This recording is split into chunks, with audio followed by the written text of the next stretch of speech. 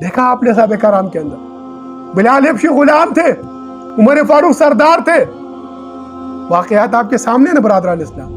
اسلام تو مساوات دیتا ہے، اسلام تو عدل سکھاتا ہے، اسلام تو رواداری سکھاتا ہے، اسلام تو عدم تشدد کا دین ہے.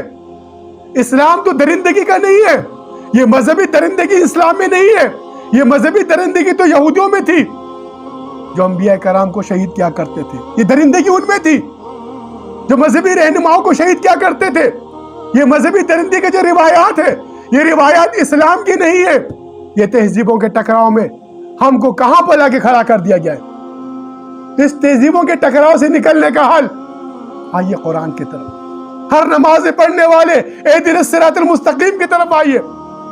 ہدایت لیجیے اللہ سے. وہ ہادی ہے، برحق ہے، وہ ہدایت دینے والا ہے. جو سر اللہ کے دربار میں سجدہ ریز ہو جاتا ہے، اللہ اس کو زمین پہ بسنے والے مخلوقات کے سامنے شرمندگی سے بچاتا ہے. آج شرمندگی ہے، آج شرمندگی امت مسلمہ کی. IMF کے سامنے ہاتھ پھیلا رہے ہیں، ورلڈ بینک کے غلام بنے ہوئے ہیں، امریکہ کے غلام بنے ہوئے ہیں. پالیسیز ہماری کیا ہے؟ اس پالیسیز کی طرف آنا ہوگا، قرآن کی پالیسی کی طرف آنا ہوگا. اہل علم اہل قلم آپ نے شعور اجاگر کرنا ہوگا.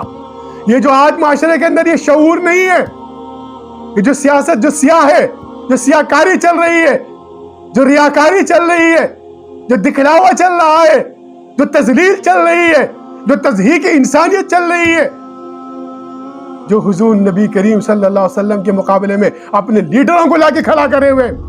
یہ مقابلہ ہے برادران اسلام. لیڈر تو اس کائنات کے محمد مصطفیٰ ہے. ارے آپ نے شفاعت اس سے لے رہی ہے تو پھر آپ چھوڑیے ان سب چیزوں کو.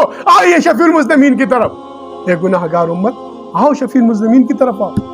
حضور نبی کے دامن رحمت کی طرف آؤ.